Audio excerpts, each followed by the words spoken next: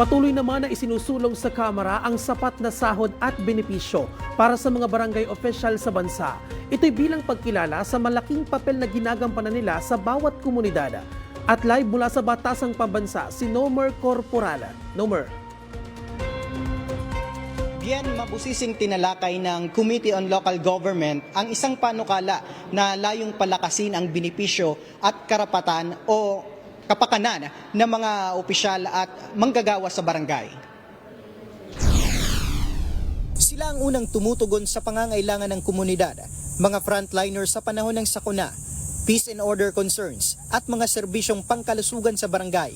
Pero sa kabila ng kanilang mahalagang tungkulin, nananatiling limitado ang kanilang sahod at mga benepisyo. Kaya isinusulong ng komite ang panukalang Magna Carta for Barangays na maglalaan ng mas makatarungang sahod at benepisyo para sa mga opisyal at manggagawa sa barangay. Sa ilalim ng panukala, maaring itaas ang sahod ng mga punong barangay at kagawad mula sa kasalukuyang salary grade 1 at 2 patungo sa salary grade 16 hanggang 20. Depende sa klase ng munisipyo o lungsod. Magkakaroon din ng dagdag na honoraria ang mga barangay health workers at barangay tanod. For example, using the prevailing 2026 salary schedule under DBM National Budget Circular number 601, barangay salary grade 1 officials like example, sangguniang barangay members, barangay secretary, barangay treasurer may receive up to 26,970 pesos per month. While punong barangay, salary grade 2 may receive up to 42,178 pesos per month.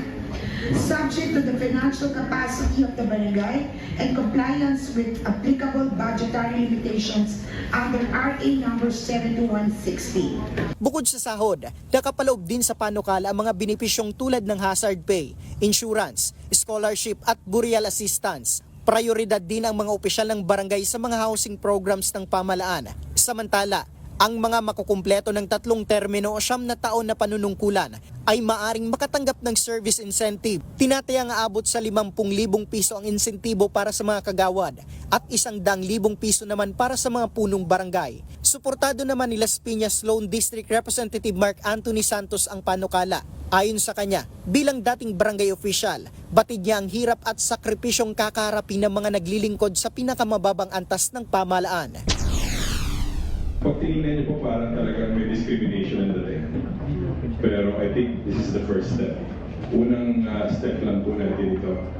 At ang problema po kasi under the local government code na talagang honoraria lang and allowances ang pwedeng tanggapin ng barangay officials. Bien, sa kasalukuyan, patuloy pang pinag-aaralan ng Technical Working Group ang naturang panukala bago ito i-endorso sa Committee on Appropriations. Bien.